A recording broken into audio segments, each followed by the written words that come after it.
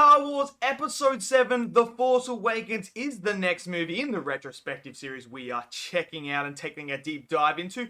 This is the first one in the sequel trilogy that we got with some new characters. So this is completely after the original trilogy where they pick back up 40 years later with some new characters. Now, I'm going to tell you guys if my thoughts have changed on this movie after rewatching it. Let me know in the comments below, what did you guys all think of Force Awakens? Did you love it? Did you hate it? I know the sequel trilogy is very divisive, so this should be good. These next 3 videos should be absolutely fun in the comment section. Smash that like button, click subscribe, and let's jump into this deep dive of The Force Awakens.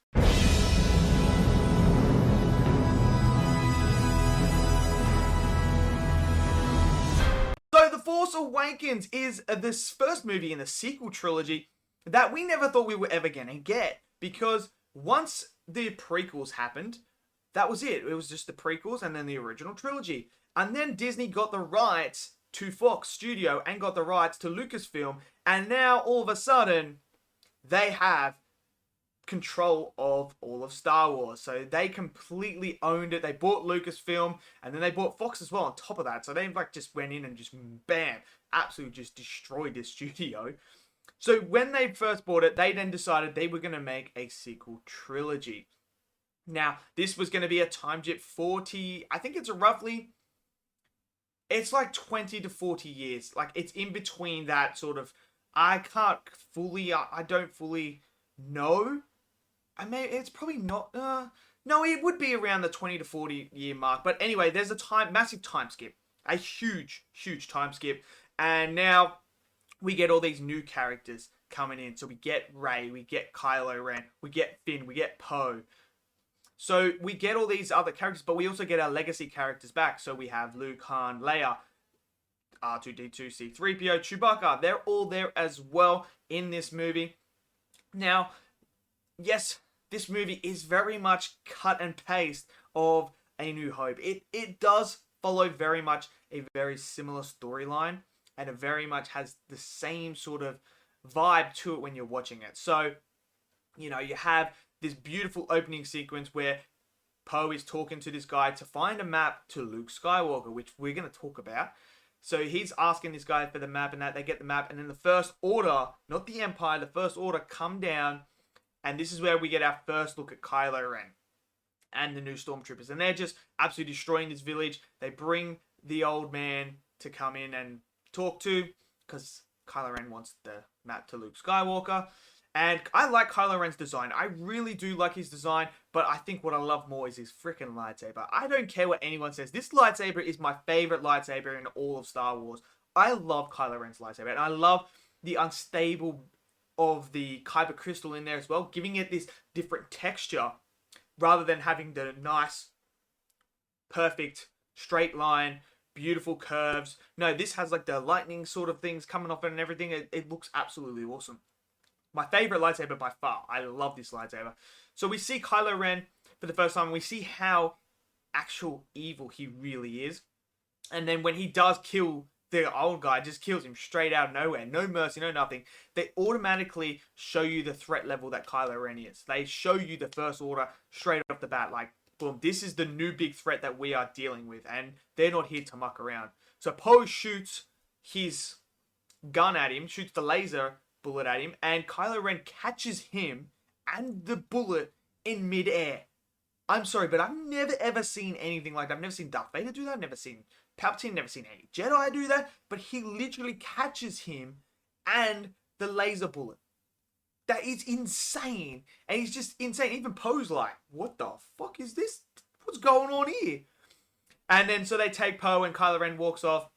And this is where we get our first instance of Finn, who is a stormtrooper who doesn't want to kill and doesn't believe that he should kill people. So we have this narrative going on with Finn turning away from the First Order, which I actually enjoy. This is something that's fresh and different. Is a stormtrooper coming back to the light side. So that was all great. Obviously, then Kylo Ren is basically going into Finn's mind, to Poe's mind to try and take things, to try and get that where the droid is. That's got the map to the Luke Skywalker. He's putting all this torture stuff into him. And this is where Finn then renounces he's going away from the First Order and he wants to save Poe, and get out of there in the TIE fighter. So we have that whole situation. Meanwhile, we meet our actual hero of the story of the sequel trilogy, Rey, played by Daisy Ridley. So we see her, she's on Jakku, which is very similar to Tatooine. It's a desert planet, and we see her scavenging around. So she's not quite a moisture farmer, but she's a scavenger. So, you know, it's very much along the same lines as Luke Skywalker. So we see Rey. She also is a pilot as well. You know, there's so many similarities to the original trilogy, A New Hope, in this film that you kind of... I understand why some people say that this wasn't creative enough. It was paint by the numbers, get it out there, make it as close as possible to the original trilogy one to make people love it and like it. And I understand the criticism of that. I do feel that as we're watching this, that yes, it does feel very much like A New Hope. It has that vibe. And there are certain other elements throughout that we're going to talk about that actually indicate some other scenes in A New Hope very much, pretty much the same, just with different characters and different situations. But they're still, at the end of the day, the same sort of principle. So we see her on there. She finds the droid BB-8, and it's got a map to Luke Skywalker. It's part of the Resistance. And then we see Finn and Poe crash into Jakku. Poe's not there. He's gone. Finn grabs his jacket. Finn goes into town, and he sees Rey for the first time. Rey beats up these people who are trying to steal the droid. And then she goes after Finn because BB-8 said, like, you got the jacket. Finn lies and says, I'm with the Resistance. And all this stuff. And then out of nowhere, TIE fighters start coming because they're after the droid. So they're starting to shoot in that. So Rey's like, we got to get off here. I'm a pilot. And this is where they go to this one with 4 engines. Gets blown up. And there is the Millennium Falcon. I mean, it's just sitting there on Jakku. So we see the Millennium Falcon. They get on there. And Rey is a very skillful pilot. So we see that. And she's flying around. And she's doing these crazy maneuvers. It's a beautiful sequence, I must say. It is a beautiful sequence seeing the Millennium Falcon go through a Star Destroyer and doing all the crazy stuff that Rey's doing is actually quite entertaining. So then they get free, and then a gasket thingy breaks, whatever it is. So they got to go down and fix that. They get docked by a ship. Finn thinks it's the First Order, so they hide. And this is where we meet some of our legacy characters for the first time. We meet Han and Chewbacca. I mean, it's so great to see Harrison Ford back. We see an older version of him, but it's still the same Han. And then obviously Han and that know and discover them, and then he's been smuggling other people. So we get 2 factions coming onto his ship and asking for the money, and Han's just being Han, and I absolutely love it. All hell breaks loose when Rey hits some switches, and these creatures come out and they start murdering things and stuff like that. So they got to get out of there, get on the Millennium Falcon, and go again.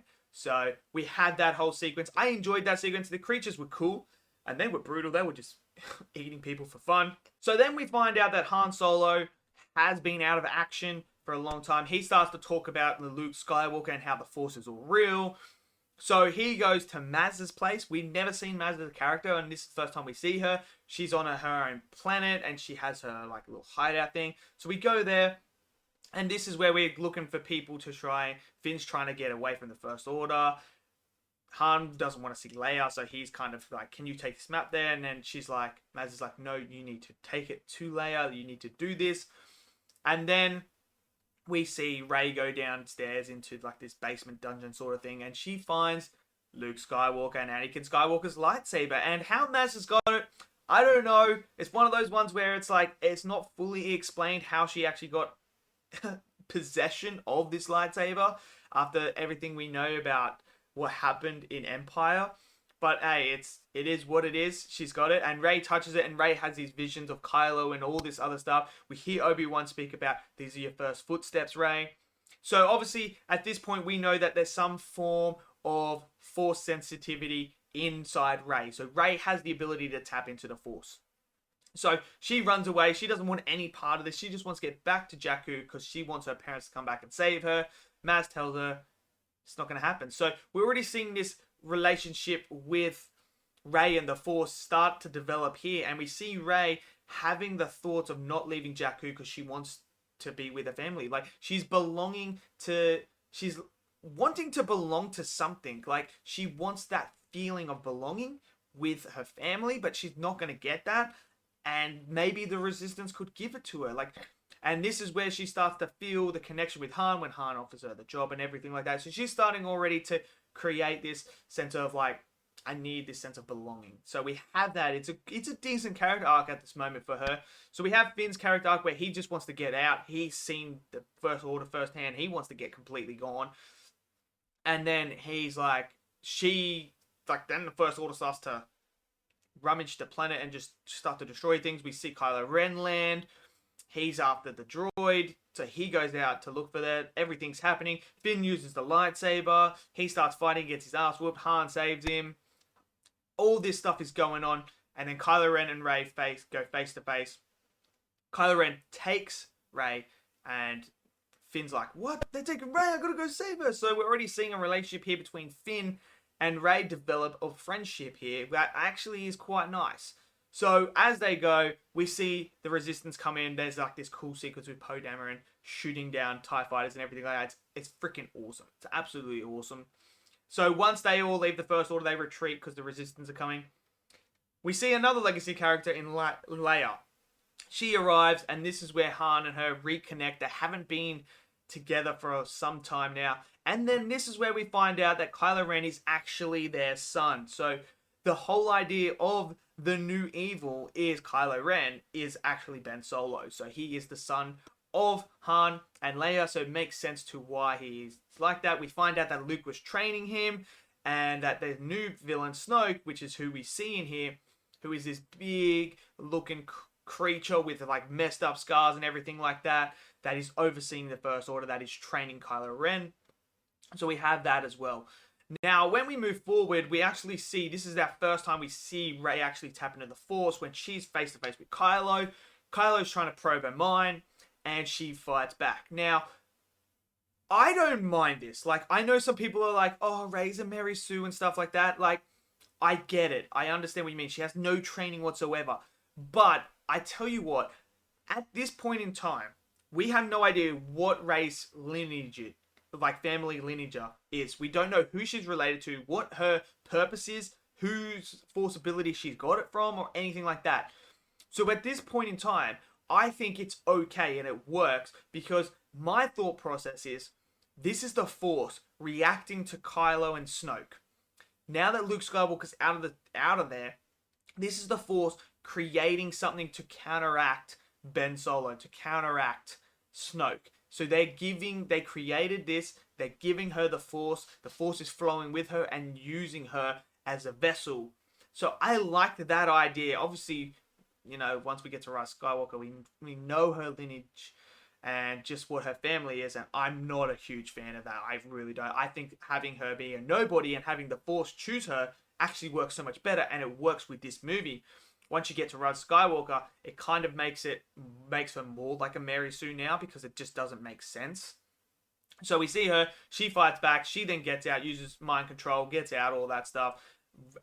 So then we have Han, Finn, and Chewbacca go up, and they're going to destroy the new Death Star, Starkiller Base, which is like a planet with a gun in it, and it sucks the sun and then blows up. So you see already the resemblance of things like A New Hope. So you have a Death Star again, you have the heroes going to save someone, and obviously going to blow up the thing and everything like that. So you already have all these, you know, the same things. So this is where we get our first look at Han Solo meets Kylo Ren.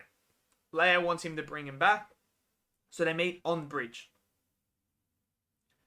Why is it that the Empire and the, you know, First Order never have any railings on a bridge like this? It's just completely open, like walking, and one slip, you're gone. So I don't know why there's no railings on there, but this is where they meet to have this heart-to-heart conversation. Han's trying to reach out to Ben, trying to reach out. This is our first, like we see, it's Adam Driver, absolutely fantastic actor. Can't believe they got him to do it. And we see it, and this is where the internal struggle for Kylo begins. Like, this is his father. Like, does he turn back? What's going on? And then he actually ends up killing Han Solo. So they kill Han Solo, which I didn't mind, but it is very much along the lines of a Obi-Wan Kenobi death against Vader sort of scenario where our hero, Rey and Finn, see this, and now this is going to put them on the course for the next stage that they're going to be on, like their next journey. We see Han Solo die. I don't have a big problem with that. We see Kylo Ren get shot, and then Kylo Ren goes after them as the base is blowing up.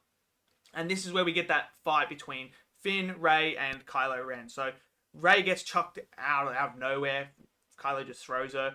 And then Kylo fights Finn, and he's just toying with him, tapping into his dark side powers, and then he just ends up beating Finn. Rey comes in, grabs a lightsaber, and they start fighting again. So we have this. It's actually a decent fight. Like, I don't mind it, but I do have problems with it. Once Kylo has got Rey pinned up and is basically like, this is it, he starts reaching out to her, be like, I can train you. I can show you the ways of the Force. Like, join me. And then Rey goes to Force, and she taps into the Force and then overpowers Kylo. Like, this is where I don't agree with it. I feel like Kylo Ren has trained under Luke Skywalker and is training under Snoke. His abilities and skill should be far superior to Rey at this point. Yes, Rey uses the stick and throws it around. Yes, but it's not the same as a Force user using a lightsaber while using the Force. It's not the same. It doesn't work. So her defeating Kylo like this, I wasn't a big fan of. It didn't work for me. So that to me didn't work. Not the biggest fan of that. But overall, then we see the Starkiller Base get blown up, and you know they're all there, and then like they get mapped to Luke Skywalker. Rey goes to see Luke Skywalker, and that's where we get to see Luke at the end of the movie. Can you believe it? We got to see Luke at the end of the movie. And then that takes us into The Last Jedi, which is going to be the next one. So overall, I think this is a decent film. It has its problems. And as you get through the sequel trilogy and you start watching the other two, the other two actually damage this one more, because the stuff they introduce in those two just doesn't work with this movie. And this is the main problem I have with Disney and their sequel trilogy, is there's no plan. It's all reactionary, and they go away from certain themes that were already established. So that's just me. So let me know in the comments below, what did you guys think of this movie? Did you love it? Did you hate it? Smash it down in that comment section. Smash that like button. Click subscribe. I'll see you guys next video. Till then, stay safe. Peace out.